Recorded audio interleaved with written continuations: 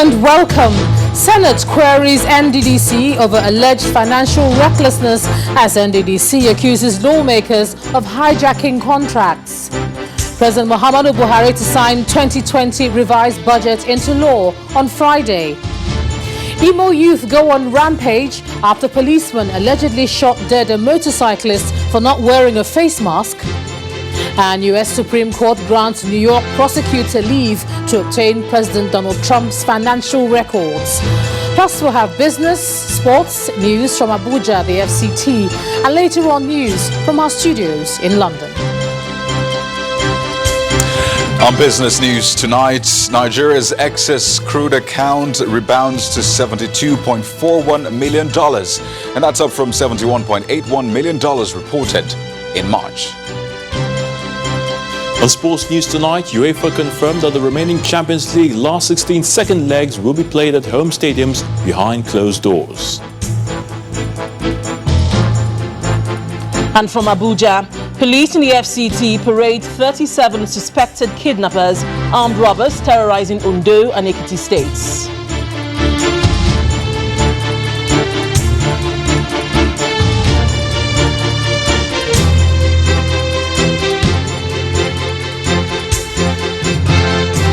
The Interim Management Committee of the Niger Delta Development Commission is facing queries from the Senate Ad Hoc Committee on allegations of financial recklessness. The committee is questioning the payment of over 1 billion naira to NDDC staff as COVID-19 relief allowance between February and May 2020. The NDDC, on the other hand, is also accusing some federal lawmakers of corruption. Our correspondent Linda Akigbe reports.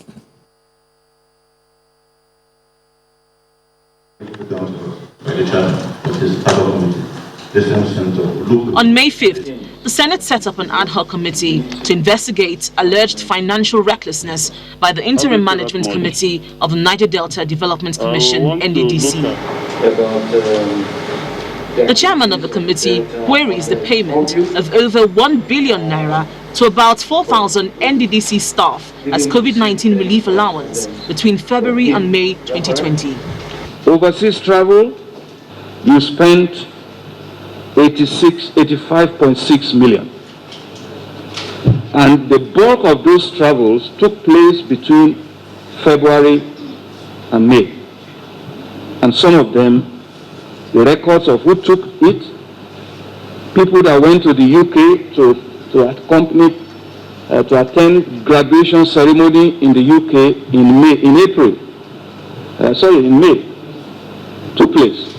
This interim management had an opportunity to spend 81 billion in 6 months. And I'm listening to the executive director projects telling me they have to pay people, they have to give people money, they have to pay for health services. Is that what the Niger Delta we used to develop? I really wonder. The Senate committee is also concerned that the NDDC donated another 475 million naira to the Inspector General of Police for face masks and hand sanitizers, bringing the total amount expended as COVID-19 relief for NDDC staff and police to 1.5 billion naira. Emergency is for each of the states, each of the police command. They didn't have the provisions was made, and the request came. And when the request came, the management asked for approval, and approval was given for this money to be paid to the police, and the equipment were bought and sent to the 9 states of the Federation. But the NDDC Director of Projects fires back at the National Assembly, accusing the chairman of the 2 committees on Niger Delta in the Senate and House of Representatives of always hijacking the budget of the NDDC since its inception in 2001. Look, the interest of the 2 chairmen in the National Assembly clashes violently with the forensic audit. So everything must be done, including writing letter to the BPP. Where we have a copy of that letter, asking the BPP not to process our documents.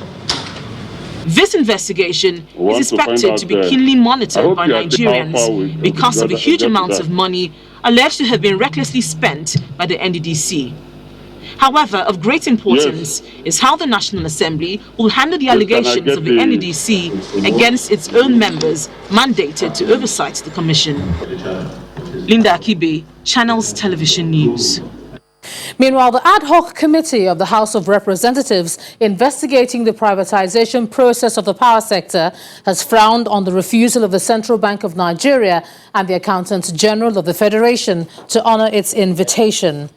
The committee says both parties were involved in the transaction that took place during the privatization process and have failed to submit a report to the committee. The chairman of the committee, Adodogwa, describes their action as discouraging and unpatriotic, considering the intricacy surrounding the power sector. I don't know how this committee can actually conclude and come up with a comprehensive report to guide the House of Representatives without the presence or contribution of key and critical agencies, institutions like the CBN. The CBN governor decided not to come. The CBN governor decided not to submit any documentary submission, and worst of all, nobody is here to even give us personal official excuses why that could not happen. And the so-called 600 billion naira that was said to have been released to the central bank, 600 billion naira. The Minister of Finance was here under oath. He has confessed that out of the 320 billion already paid to the entitled companies, the balance of this 600 billion naira is lagging in the Central Bank of the Federal Republic of Nigeria. Accountant General of the Federation, Debt Management Office. In the course of their presentations, these are agencies that their responsibilities are overlapping. One will augment the explanation of the other. And at the end, we are left with not any one of them here. I think it's unfortunate and it's, to say the least, very discouraging and very unpatriotic of them. The president is expected to sign into law the 2020 revised budget tomorrow. A statement on the presidency's Twitter handle confirms that President Muhammadu Buhari will sign the bill into law on Friday. The National Assembly had passed the revised budget of 10.8 trillion naira sent to them by the president in the wake of the COVID-19 pandemic to reflect the current economic realities. The Vice President, Professor Yemi Osibajo, has given a hint that at least 2 state governors will now be part of the implementation phase of the Economic Sustainability Plan. And this is coming after the governors made presentations on how their states can effectively collaborate with the federal government in implementing the 2.3 trillion naira stimulus plan. He was speaking during the second virtual National Economic Council meeting, which was held at the Presidential Villa in Abuja. Also in attendance are the Group Managing Director of the NNPC, Mr. Mele Kyari, and the Minister of Finance, Zainab Ahmed, who reported the balances in the excess crude account and the Natural Resources Development Fund account. As you know, that the Nigerian economy has been facing significant challenges, at least in the first half of the year. The macroeconomic environment has been really challenged and disrupted. Crude oil prices have declined, and we have had to adjust our budgets and our medium-term plans as a result.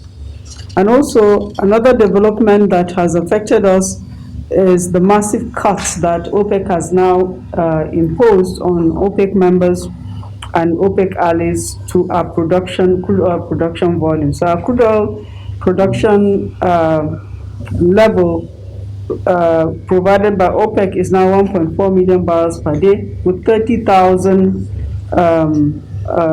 million barrels per day as condensate, so a total of 1.7 million barrels per day.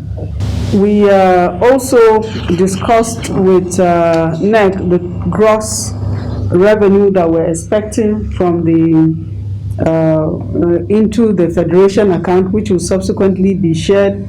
The revised 2020 budget has a total expenditure of 9.116 trillion, while the projection we're making for 2021 budget is at right now at 9.613 trillion. So after the consultations with NEC and with National Assembly and with the public, we'll now make any adjustments that become necessary before we eventually go to the Federal Executive Council for approval.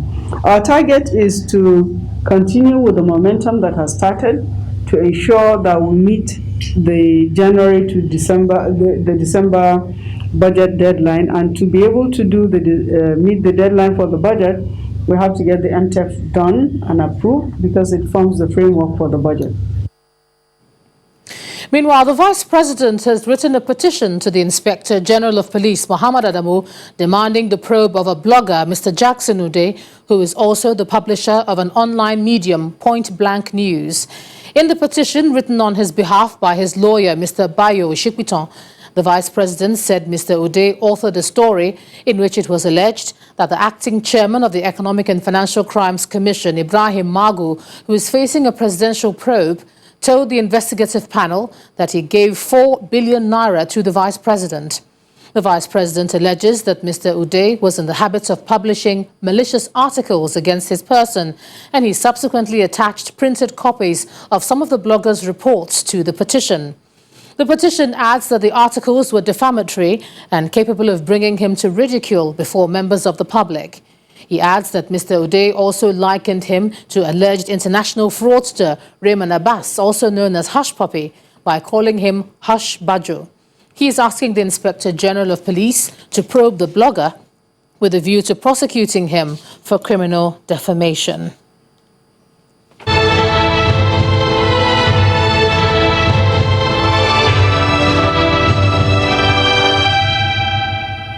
Now, we had pictures from a scene of an ongoing protest by youths and indigents of Olu town in Olu local government area of Imo State, and there they are, following a report that a police officer reportedly shot and killed a young man identified to be a commercial motorcyclist for refusing to use a face mask and failure to give 50 naira bribe.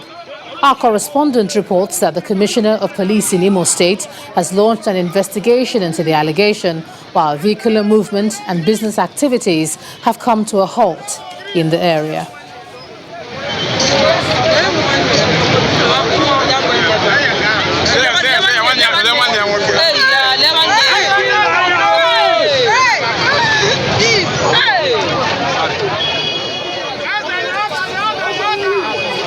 The Nasarawa State Attorney General and Commissioner of Justice Abdul Karim Kana has tested positive for coronavirus. Mr. Kana revealed his status, indicating that he is currently isolating at home. He explains that although he is unable to ascertain how he got infected, he is, however, responding to treatment.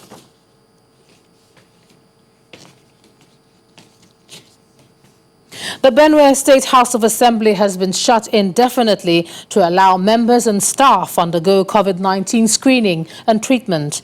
The spokesman of the Assembly and House Committee Chairman of Information and Operation says the decision to shut the Assembly follows the sudden spike in the number of COVID-19 cases in the state. He says plenary will resume as soon as the leadership of the House resolves that it's safe for members and staff to resume at their duty posts.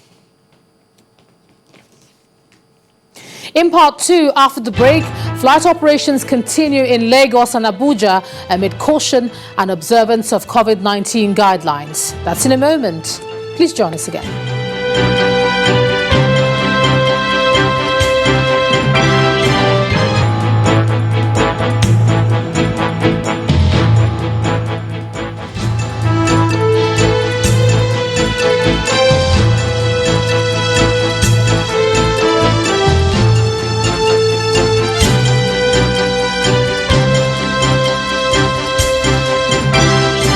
Welcome back. If you've just joined us, you're watching the news at 10 on Channels Television, coming to you live from Lagos. A reminder of our top stories. Senate queries NDDC over alleged financial recklessness as NDDC accuses lawmakers of hijacking contracts. President Muhammadu Buhari to sign 2020 revised budget into law on Friday. Imo youths go on rampage after policemen allegedly shot dead a motorcyclist for not wearing a face mask. And U.S. Supreme Court grants New York prosecutor leave to obtain President Donald Trump's financial records.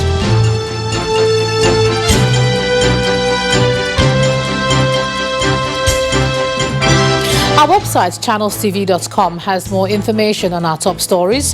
Do subscribe and watch Channels Television's live stream on YouTube and other social media platforms using your mobile device browser, or download the Channels TV app for Android and iOS devices from their respective stores. You can also watch us via your smart TV platforms on Apple TV, Android, Fire TV, and Roku as well.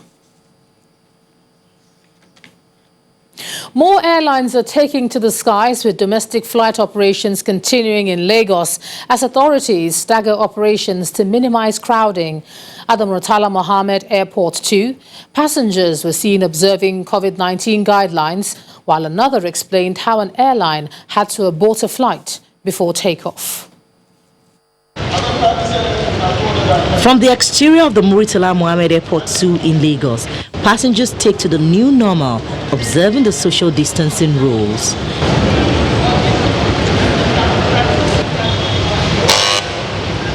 Next, temperature checks and hand sanitizing before entry.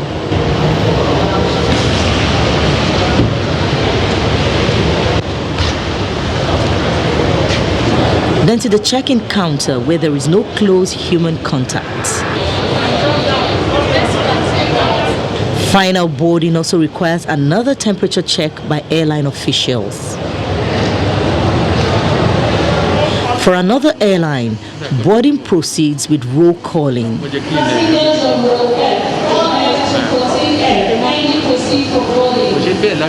Away from the boarding process, these two passengers seated have just had a bad experience with one of the airlines. We are inside the aircraft, so they are about to take off. So they say the aircraft that have issues. So that is why we back. So they say after it's about they say the another airline is coming from Kano. So we are here waiting. Maybe they say 2 hours or 3 hours time.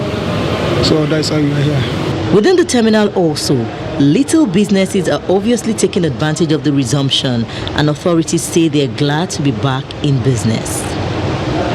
Definitely it will affect the economy, and then the growth will begin to come up. And if we don't do it, there are many people that have been tied down in a particular place for over 3 months. And since the roads are also closed, they've been in a place whereby they are not expected to be. So this is an opportunity for them to be able to move, and it also bring about a turnaround in the economy of Nigeria. So we're excited. As local flights continue in the midst of the COVID-19 pandemic, aviation authorities should give priority to air safety compliance measures while striving to reduce the economic losses suffered by the industry. Bukola Joe Uketumbi, Channels Television News. Another batch of 15 Nigerians stranded in France, Germany and the Netherlands have arrived at Murtala Mohammed International Airport, Lagos, today. The evacuation exercise was coordinated by the Nigerian mission in France, Germany and the Netherlands, and monitored by the Nigerians in Diaspora Commission.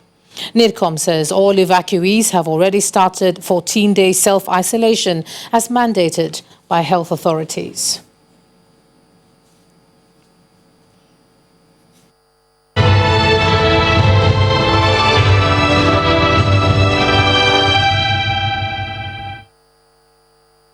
Let's cross over to Abuja now, and here's Linda Akigbe. Linda. Hello, Ijoma. Welcome to Abuja. The Nigerian police have paraded 7 persons suspected to have participated in the February 2020 armed robbery on some banks in Ile-Oluji in Ondo State that led to the death of 4 policemen. Force Public Relations Officer Mr. Frank Mba says the suspects are also responsible for the robbery on some banks in Oye-Ekiti in Ekiti State, which claimed the lives of 2 policemen. Between 2019 and early part of this year, 3 cases of bank robberies were recorded in Ondo and Ekiti states. 3 banks located at Ile-Oluji in Ondo State, Idori also in Ondo State, as well as Oye in Ekiti State, were at different times attacked and robbed by this same gang. Operatives from STS carried out very extensive and intensive investigation into this case that lasted for months. And today, we are glad that we can present to you the outcome of these comprehensive investigations. 6 policemen were killed as a result of those robberies. 4 were killed during the robbery at Iloluji, while 2 were killed during the robbery at Oye in Ekiti State. A branch of Wema Bank, a branch of UBA, as well as a microfinance bank were attacked in those 3 operations. And staying with security, the military is again calling on members of the public to continue to provide timely information to security agencies on the activities of criminals and insurgents in their various localities to reduce insurgency. The coordinator of the Defense Media Operations, Major General John Eninche, says the Nigerian armed forces remain committed to restoring peace and ridding the nation of criminals, insurgents and economic saboteurs. General Eninche insists that the military is on top of their game in the fight against the Boko Haram terrorists and other insurgents. The troops of Operation Lafia Adole have continued to exhibit sustained resilience in the fight against terrorism in the northeast zone of the country. This has been evident in their recent encounters with BHT and ISWAP elements across the northeast theater of operation.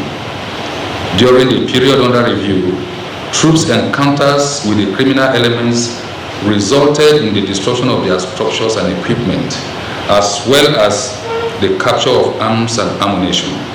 Our gallant troops also rescued some hostages with some criminal elements surrendering to them.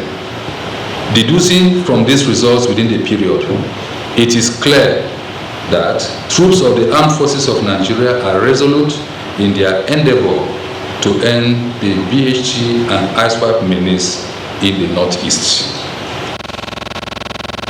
Meanwhile, a disarmament committee is being set up by the Zamfara state government to curb the activities of bandits. The Chief of Army Staff, Lieutenant General Tukur Buratai, during a visit to the state, told Governor Bello Matawale that the current peace initiative by the state government is working, while the increased presence of the army would help to sustain the fight. Zamfara in northwest Nigeria is one of the states facing the problem of bandits, which has claimed over 8,000 lives since 2011 and displaced over 200,000 others, some into neighboring Niger Republic. That's according to the International Crisis Group. The governor, Bello Matawale, is meeting a delegation from the Nigerian army led by the Chief of Army Staff, Lieutenant General Tukur Buratai, to explore ways of resolving the issue. We have left off today exercise Sahel Sanity, which is aimed at carrying out operations across the northwest and parts of the north central, which will include Kaduna and Niger states. This is to rid this part of the country of the marauding bandits and other criminal elements. This I assure you, because we will achieve that within a very short time. In order to achieve the desired goal of everlasting peace, which has been the lost glory in the recent past, the following mitigation effort as well forward were pursuing vigorously. Effective and well-articulated disarmament and reconciliation effort which would lay the foundation for delineation and consist of community-based structures for everlasting peace in the state. These are some of the arms recovered through the efforts of the state government. According to the governor, Over 150 weapons have been seized from repentant bandits, while over 80% of them have embraced the peace effort. This is something that we bought by money. It's not the government giving them the money to buy this weapons. It's in their accounts to obtain this weapons. To be voluntarily is little aid to the government for energy. So this is the result that we will be engaging them and not country. The state government adds that the peace initiative has led to the release of over 1,000 victims of kidnapping in the state. That's all from Abuja. Back to you, Ijoma. Thanks a lot, Linda. The sitting of the presidential panel investigating corruption allegations against the acting chairman of the Economic and Financial Crimes Commission, Mr. Ibrahim Magu, who is believed to have been removed from office as acting chairman, entered day 4 with the secretary of the commission, Mr. Olanipekun Olukoyede, and the directors appearing before it. Mr. Magu is said to have appeared before the panel with his lawyer, Chief Kanu Agabi, a senior advocate of Nigeria, and a former Attorney General of the Federation and Minister of Justice. Mr. Magu is facing 21 corruption allegations from the Attorney General of the Federation and the Minister of Justice, Abubakar Malami. A reliable source told Channels Television that Justice Ayo-led Salami panel summoned the top management officers of the commission to appear before it and say what they know about the allegations against the embattled acting chairman. When the news at 10 returns, Nigeria's excess crude account rebounds to $73.4 million, up from $71.8 million reported in March. That's on Business News. Do join us again.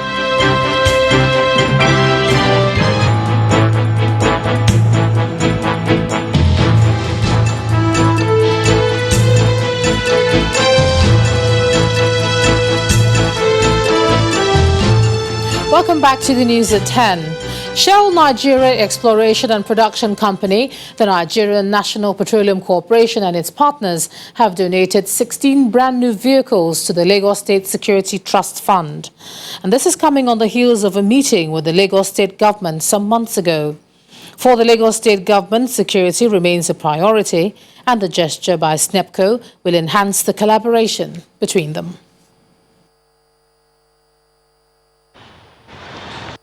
It looks a bit like an outdoor car display outlet, but not in this case, as some corporate citizens have put their money where they consider as a key deliverable. Shell and partners led by its senior partner, the NNPC, are donating these vehicles to the Lagos State Security Trust Fund, and the governor will be doing the honor of receiving them. To the glory of God and to the benefit of security operatives in Lagos. Thank you very much. Thank you.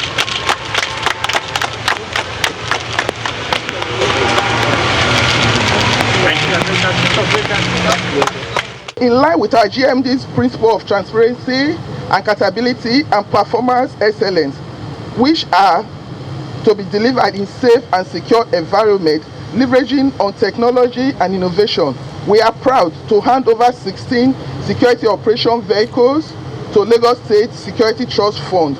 Our keen and constant evaluation of the state of our community always help to identify gaps where we believe we can support and intervene.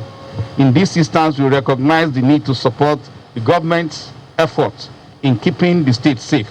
SNEPCO's management says it recognizes that operating in a secured environment is a very important element, and with the support of NNPC, this is a right move. We are a citizen, a corporate citizen of Lagos, and we know that there's no government all over in the world that can handle security situations or things around social performance on their own. So this is one of the many, what I would call public-private partnership in actually providing a secure environment for Lagos, and it's quite an important element. As regards the logistics support from this gesture, Governor Sanwo-Olu commits to deploying them appropriately. We also, as a government, we have shown consistent transparency in how we deal with them. We have shown that each time they support us, the support gets to, and we get to use it for what the support is meant for. This is another level of support that they have sent to us. We can assure you that the men that continue to keep us safe will get this. will determine how it goes round. But you can be rest assured that none of them will be kept in governor's residence. According to SNEPCO, it's another public-private partnership that is working, to which both divides have promised will continue to blossom.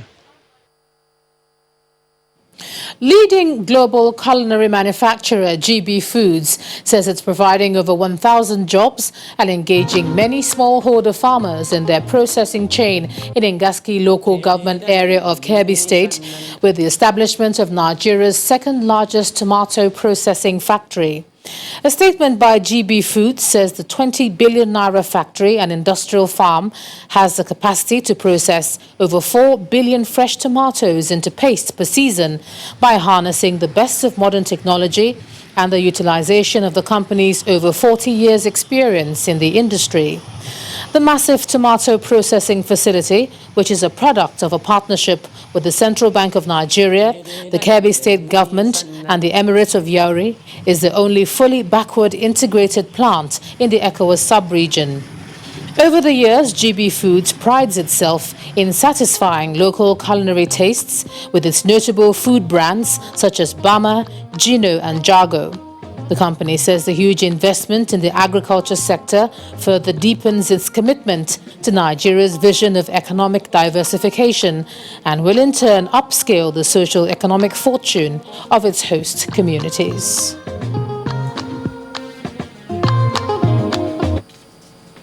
For the rest of the business news, here's Kayode Okikiolu.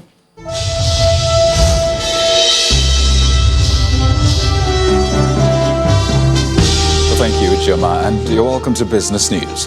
Nigeria's excess crude account held $72.41 million as of July the 7th, and that's up from $71.81 million reported in March this year. That's according to the Minister of Finance, Budget and National Planning, Mrs. Zainab Ahmed. She made this known at an interactive session on the proposed 2021 to 2023 medium-term expenditure framework and fiscal strategy paper during the virtual meeting of the National Economic Council in Abuja. The minister also mentioned that 701.6 billion naira was generated as oil revenues, while 439.32 billion naira was generated as non-oil tax revenues in the last 5 months. The World Bank says it will release new information on global debt stocks as at 2019, with the help of lenders disclosing information relating to interest rates, maturities, and grace periods. According to the World Bank President David Malpass, during a virtual high-level ministerial conference on debt transparency, transparency will make debt and investment more productive, and the move has helped in the publication of data on debt of developing countries and government.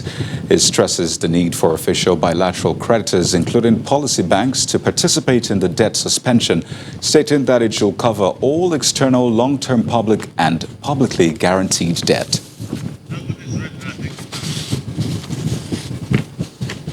Some company news. Frontline consumer goods company Dangote Sugar Refinery has taken over the operations of Savannah Sugar in a bid to achieve backward integration into the commodity market. And this follows the consent of the shareholders at a court-ordered and extraordinary general meeting, which was preceded by the approval of a total of 13.2 billion naira worth of dividend for the 2019 calendar year. Shareholders of Dangote Sugar Refinery here via proxies to deliberate on a plethora of resolutions in 3 different meetings comprising the 14th annual meeting, an extraordinary general meeting, and a court-ordered meeting on the acquisition of Savannah Sugar. First off is the annual general meeting where shareholders unequivocally approved the impressive financial reports for the 2019 calendar year, one that the chairman, Mr. Aliko Dangote, attributes to the land border closure. Closure of the border really helped us. It is also true that, yes, sales went up, but revenue went down because the smuggled sugar really affected us. Thank you. Next is the extraordinary general meeting, where investors approved the creation of 3 billion new ordinary shares of 50 kobo each and increased the authorized share capital from 6 billion naira to 7.5 billion naira. Ladies and gentlemen, Having deliberated on the scheme of arrangement between the two companies, it's time for the court-ordered meeting. Here, shareholders authorized the takeover of cane sugar production company, Savannah Sugar. One is a farming company. They also have refining operations within those plantations. And the expertise, which was really initially domiciled in Lagos at the refinery here, would now be overseeing more effectively. That then means that there will be raw materials for the production of both industrial sugar and consumable sugar. So that has given us hope. Following the acquisition, Dangote Sugar Refinery believes that it's on track to boost backward integration in the sugar industry. The refinery will import the raw sugar and produce. This other one, we're actually growing the sugar locally and also producing it all integrated.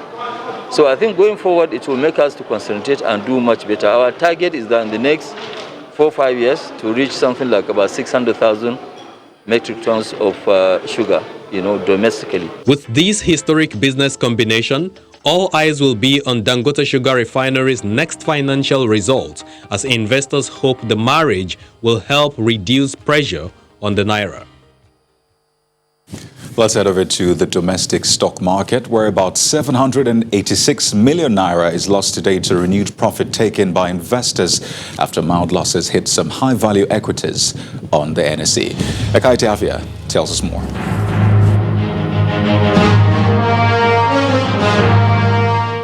Hello and welcome to the Stock Market Report.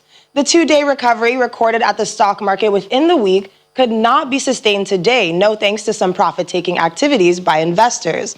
In fact, the market was in the green territory until a last-minute loss of the shares of international breweries, Con Oil, and some banks pulled the all-share index back slightly by 0.1%.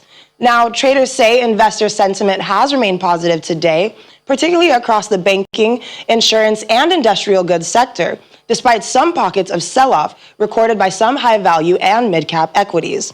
Now, the bargain hunting activity was most evident on the shares of Law Union and Rock Insurance, which gained 10%, placing it ahead of 9 other advancers. Con Oil leads a pack of 14 losers, down by 10%, while Fidelity Bank is the highest contributor to 192.08 million shares traded today. Well, that's a stock market report. I'm Ekaite Afia. And thank you for watching Business News Tonight. I am Kayode Okikiolu. The news at 10 continues with Ijeoma. Thanks, Coyote. Women are agents of change and must be seen as such, and the submission was made at the webinar organized by Women in Management, Business and Public Service, WIMBIS, with the theme, The Nigerian Constitution and Elections as a Right to Win. Issues deliberated at the virtual gathering include women participation in politics, gender inequality, and culture and religion as disadvantages to arrive at a goal. Our correspondent Gimba Umar reports. And that's welcome an introductory speech. Moderator of the virtual event wasted no time as she delves into the theme of the day, a clear challenge women face in the political space. This conversation therefore seeks not only to understand the structural, cultural, institutional, as well as the stereotypical issues, but also seeks to create a platform to interrogate the legal and constitutional framework. She then opens the floor for deliberation. First to speak is foremost politician Binta Garba. For her, the perception that politics is for the male gender must be discouraged for meaningful progress in our democracy. Everybody believes that politics is created just for the men, not for a woman. But as it went on and on, the bottom line of it all is that if you have a service to humanity, then politics will be the place for you to make your service to that humanity. The next person who I'd be speaking to would be Mr. Clement Wanko. Questions were then raised by the moderator on the role of many civil society organizations who, despite their advocacy, women participation has been a dismal 4% in the last general elections in the country. The challenge is that our political culture and indeed our social cultural environment creates a huge obstacle. If you look at the Constitution, there is nothing in the Constitution that discriminates against women. But it seems the problem is underestimated as religion and cultural issues remain a stumbling block for women to actualize their dreams. Senator Binta was just lucky because I think somewhere, I won't mention the name of the state, a lady was trying to vie for something and the next thing the house was burnt down. That position ignites a hurricane of back and forth arguments on the perception of women being at a disadvantage. Basically, you're saying to us that just make sure you win. When I say we find it difficult to win. In that case, my advice is you should push for reforms. And the reform should be like this. 1, education for the women. A lot of education for the women. Because you are asking for women to come to power. What quality of women are we talking about? Some of the women will go there and disgrace you. And it's not as sweet as Mr. Nwankwo has put it that when you have more women in the room, things will be better. I doubt it. Are these not the same women who are first ladies messing up the whole states? But the way forward may not be far-fetched. Laws do not come down from heaven. Laws are made by men. Laws are dynamic. They're supposed to be suited to respond to the emergent desires for justice or understanding of justice. Still ahead on the news at 10, U.S. Supreme Court grants New York prosecutor leave to obtain President Donald Trump's financial records. Plus more stories from our London studio in Around the World in 5. Do stay with us.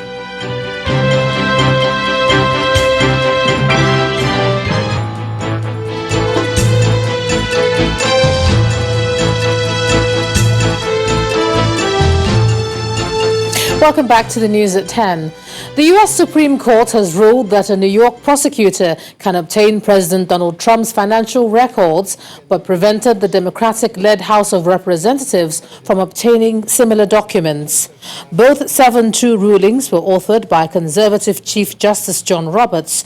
One ruling means that the subpoena issued to Trump's long-term accounting firm, Masters LLP, for various financial records to be turned over to a grand jury as part of a criminal investigation can be enforced. Mr. Trump is the first president since Richard Nixon in the 1970s not to have made his tax returns public. Here's Simon Pusey with some more international news in Around the World in 5. Good evening and welcome to the Channel Studios here in London with your international news around the world in 5. The number of confirmed coronavirus infections worldwide has passed 12 million as cases continue to grow by roughly 1 million a week. The number of confirmed coronavirus cases in the US has reached 3 million, but President Donald Trump insisted the country was in a good place, while also admitting he didn't seek advice from his experts. Authorities in Serbia are working on measures to try to curb the spread of the virus after a second night of clashes between police and people protesting against a second lockdown. The country's president called on people to stop attending anti-government rallies to avoid a further spread of COVID-19, warning there were no beds left in hospitals. In Australia, the second largest city, Melbourne, has begun a new shutdown as the number of coronavirus cases spiked. Melbourne's 5 million residents will be barred from leaving home for the next 6 weeks, except for essential reasons. While the Japanese capital Tokyo has confirmed 224 new infections, marking a record high for the capital in a single day. Japan lifted its state of emergency roughly a month and a half ago, and while the number of new infections started to rise, authorities have still been reluctant to reimpose restrictions. Australia has suspended its extradition treaty with Hong Kong and offered a 5-year extension to visa holders from the territory. Prime Minister Scott Morrison announced measures to assist Hong Kong citizens and start a new life in Australia, including extending visas by 5 years after Beijing imposed a new security law in Hong Kong. China has responded, warning it reserves the right to take retaliatory action. The Prime Minister of the Ivory Coast, Amadou Gon Ibali, has died just months before an election that could have brought him the presidency. The exact cause of death has not yet been made public, although he had just returned from having cardiac examinations in France and had heart surgery in 2012. The 61-year-old had been chosen as the ruling party's candidate for October's presidential election after Alassane Ouattara said he would not seek a third term in office. There's now no clear-cut candidate for the October poll. The explosive mix of escalating conflict and devastating climate change is endangering the lives of millions of people in the most vulnerable countries on the planet. That's according to the International Committee of the Red Cross and Red Crescent. According to the report, the majority of countries most vulnerable to global warming are caught in fighting. Out of 20 countries most vulnerable to climate change, 60% are living in conflict zones unless urgent action is taken to mitigate the effects of global warming. The report says that 200 million people will need international humanitarian aid by 2050. South Sudanese mediators have announced the country's transitional government and rebel groups will sign a final peace deal in 2 weeks' time. The peace talks taking place in South Sudan had stalled because of the coronavirus pandemic, but they recently resumed via video conferencing between the government's delegation in Khartoum and the rebel groups in Juba. The peace talks incorporate rebel groups which have been fighting the government of the former president Omar al-Bashir before his overthrow in April 2019. A massive cleanup operation has begun in southwestern Japan in the aftermath of torrential downpours that have lasted several days as heavy rain continues to pound the area. At least 64 people have died amid flooding and landslides, with police and rescue workers searching for 16 more who remain missing. The country's meteorological agency says wide areas of western and eastern Japan can expect to see heavy storms until the end of the weekend, and a new emergency alert has been issued. 6 people have been injured following an explosion at a fireworks factory in Guanghan City in southern China. No deaths have been reported. 3 security guards were in the factory but managed to evacuate in time. Local authorities said on social media that their investigation is ongoing. The Cambodian province of Siem Reap has banned the trade of slaughtering dogs for meat, denouncing an alarming dog meat trade. The province, known as a tourist destination, is the first place to issue such a ban in Cambodia. More than 3 million dogs are slaughtered for meat in the country every year. The ban says dogs should not be slaughtered because they are loyal pets capable of protecting homes and farms and of assisting the military. And finally, Google's parent company Alphabet has officially launched its balloon-based internet service in Kenya. The transmitters float high in the atmosphere and are believed to be a world first for consumers. The balloons host powerful transmitters and work similarly to cell phone towers. The technology should allow people in remote regions to get high-speed internet. Depending on its success, it could be expanded to other African countries. And that's your international news around the world in 5. Now back to the Channel studios in Lagos. Thanks, Simon. Power of technology there. We move on to sports. Here's Ayotunde Balogun.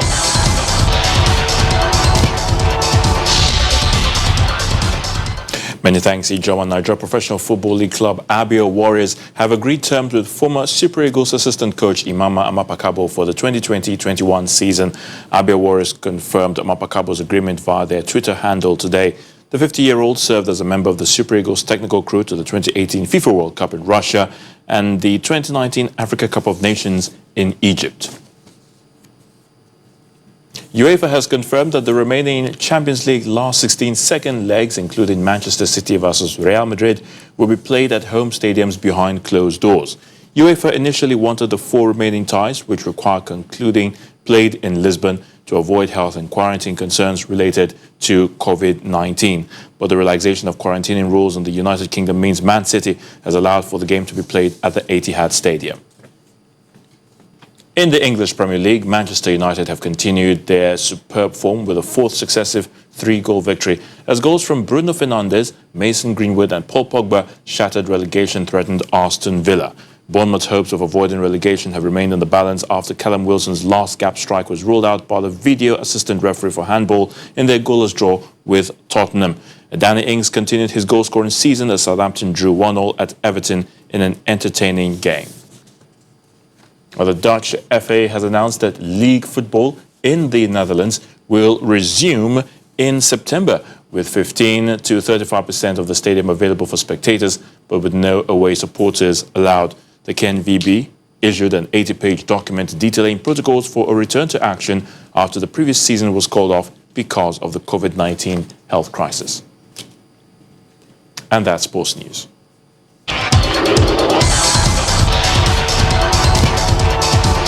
Thanks a lot, Ayotunde. And the main news again. The Senate today queried the NDDC over alleged financial recklessness as the NDDC accused lawmakers of hijacking contracts. Also today, the presidency announced that President Muhammadu Buhari will sign the 2020 revised budget into law tomorrow. And U.S. Supreme Court today granted New York prosecutor leave to obtain President Donald Trump's financial records. That's the news at 10 tonight. Thank you so much for staying with us. I'm Ijoma Onyato. Do have a great night. Stay safe and good night.